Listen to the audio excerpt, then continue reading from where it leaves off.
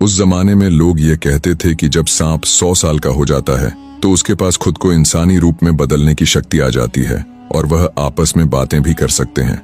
दोनों सांप भी पुराने महल से उस बारात के पीछे पीछे आए और उस शीशम के वृक्ष पर बैठकर आपस में बातें कर रहे थे। नाग ने नागिन से कहा, क्या तुमने देखी ये बारात? उसने कहा कि हाँ, मैंने देखी। नाग कहा कि यह बारात नकली है। तब नागिन बोली, कैसे एक दूल्हा नकली हो सकता है? तब नाग दुखी होते हुए बोला, इस पालकी में जो दूल्हा है वह नकली है और वह एक पुतला है। सुबह होते ही यह बुढ़िया रोना पीटना शुरू कर देगी और लोगों से कहेगी कि उस दूल्हे को किसी ने देख लिया है जिससे वह एक पुतला बन गया है। इस सारे झूठ और फरेब के पीछे उसके भाई जादूगर का हाथ है। फिर इस सारे खेल से उनको निजात मिल जाएगी और वह राजा इसको हकीकत समझेगा। फिर उस राजा को बहुत बड़ा सदमा लगेगा और उसकी जान चली जाएगी। तब आश्चर्य से नागिन बोली, क्या उस राजा ने अपने बेटे को नहीं देखा? तब दुखी होकर नाग बोला, यही तो इन सब की मक्कारी है। राजा को इस बात का पता ही नहीं है कि उसके हाथों कोई बेटा पैदा ही नहीं हुआ, कोई संतान उसकी है ही नहीं। नागिन को उस राजा पर बहुत तरस आया और बोली, क्या इन मक्कारियों को रोका नहीं जा सकता? उस राजा की जान तो मुफ्त में ही चली जाएगी। तब नाग थोड़ी देर सोचने के बाद बोला, इस आदमी की जान बच सकती है अगर मैं 14 साल का लड़का बनकर इस पालकी में बैठ जाऊं और दूल्हा बनकर शादी में जाऊं।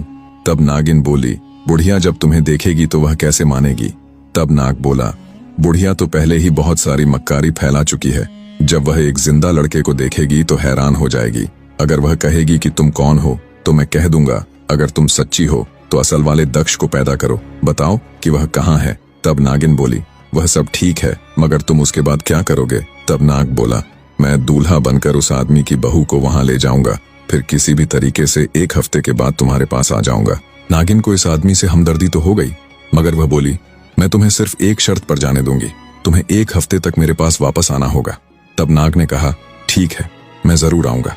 फिर उस नाग ने अपना चेहरा बदला और वह एक 14 साल का खूबसूरत लड़का बनकर पालकी में बैठ गया। उस पुतले को झाड़ियों में फेंक दिया।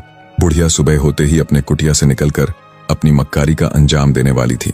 उसने जैसे पालकी का पर्दा उठाया तो सामने पुतले की जगह एक जिंदा और खूबसूरत लड़का नजर आया। उसे देखकर वह एकदम हैरान रह गई और बोली, तुम कौन हो? तब नाग मुस्कुराकर बोला, क्या तुम नहीं जानती? मैं इस बारात का दूल्हा हूँ। तुम्हें इससे क्या गरज कि तुम बगैर दूल्हा के बारात लेकर जा रही थी? अब तुम भगवान का शुक्र मनाओ कि तुम्हें एक जिंदा सही सलामत दूल्हा मिल गया। फिर कुछ सोचने के बाद बुढ़िया सोची, चलो मेरी बात बनी रहेगी, इसी को दूल्हा बने रहने देती हूँ। फिर बारात उस गरीब लड़की के दरवाजे पर पहुंची और दोनों की विवाह अच्छे से संपन्न हुआ। उस विधवा औरत ने अपनी हैसियत के मुताबिक अपनी बेटी को कुछ कपड़े और तोहफे दिए। इसी ठाठ बांट के साथ